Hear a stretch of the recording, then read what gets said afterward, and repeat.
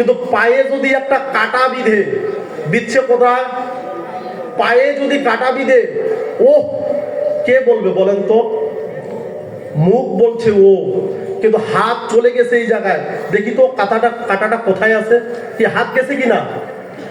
আর উরু বলবে কি যে আর যাওয়া যাবে না, একটু বসে পড়ি। তার মানে শূদ্র আঘাত পাইল, ব্রাহ্মণ তার কাছে চলে এলো, ক্ষত্রিয় তাকে সহযোগিতা করছে এবং বৈশ্য হাল ছেড়ে দিয়েছে। এইরকম যদি আমরা চলতে পারি, একটি বর্ণ যদি আঘাত পায়, আমরা সবাই যদি একত্রিত হতে পারি, তাহলে যতই সামনে বিপদ আসুক না কেন, কেউ আমাদের পরাজিত করতে পারবে না, কেউ পরাজিত করতে পারবে না। কিন্তু আমরা করছি কি, ওই পায়ে কাটা ফিটছে, পা বুঝুক, আমার হাত আমি দিব না, এটা তো হতে পারে না। তোমার হাত আপনা আপনি যাবে, তোমার মুখ আপনা আপনি কেঁদে উঠবে, তোমার উরু আপনা আপনি বসে যাবে। ঠিক সেই জ্ঞানটা লাভ করতে হবে। আরেকটা উদাহরণ দিয়ে আপনাদের বলি, আমরা দুর্গা পূজা করি, এখানেও দুর্গা পূজার মন্দির আমি দেখতে পাচ্ছি। দুর্গা পূজায় মা দুর্গা 10টি হাত, এই 10টি হাত হচ্ছে ধর্মের 10টি লক্ষণ। ধৃতি, ক্ষমা, দম, অস্তেয়ং, শৌচম, ইন্দ্রিয় নিগ্রহ, ধী, বিদ্যা, সত্যম, অক্রোধ, দশকং ধর্মস্য লক্ষণম। মনুসংহিতা 6ষ্ঠ অধ্যায় 92 নম্বর শ্লোক।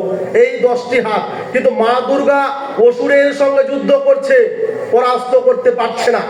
পরাস্ত কখন করলেন? যখন তার পাশে কার্তিক দাঁড়ালেন, গণেশ দাঁড়ালেন, লক্ষ্মী দাঁড়ালেন, সরস্বতী দাঁড়ালেন, তখন কি হলো? অসুর পরাজিত হলো।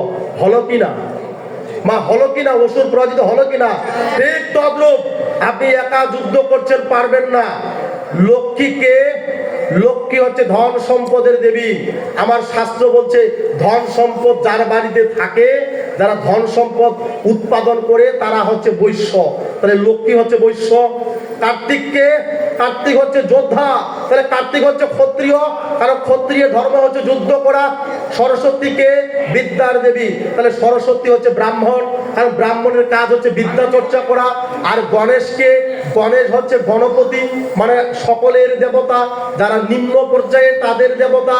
তাইলে গণেশ, কার্তিক, লক্ষ্মী, সরস্বতী যখন পাশাপাশি দাঁড়ালো, তখন অসুর পরাজিত হলো। ঠিক তদ্রূপ এই হিন্দু সমাজে যেদিন ব্রাহ্মণ, ক্ষত্রিয়, বৈশ্য, শূদ্র একই লাইনে দাঁড়াবে, একই সাথে দাঁড়াবে, সেদিন হিন্দুদের বিজয় হবে হবে হবে, এতে কোনো সন্দেহ নাই, এতে কোনো সন্দেহ নাই। সম্মানিত সুধীবৃন্দ, আলোচনা করার অনেক ছিল।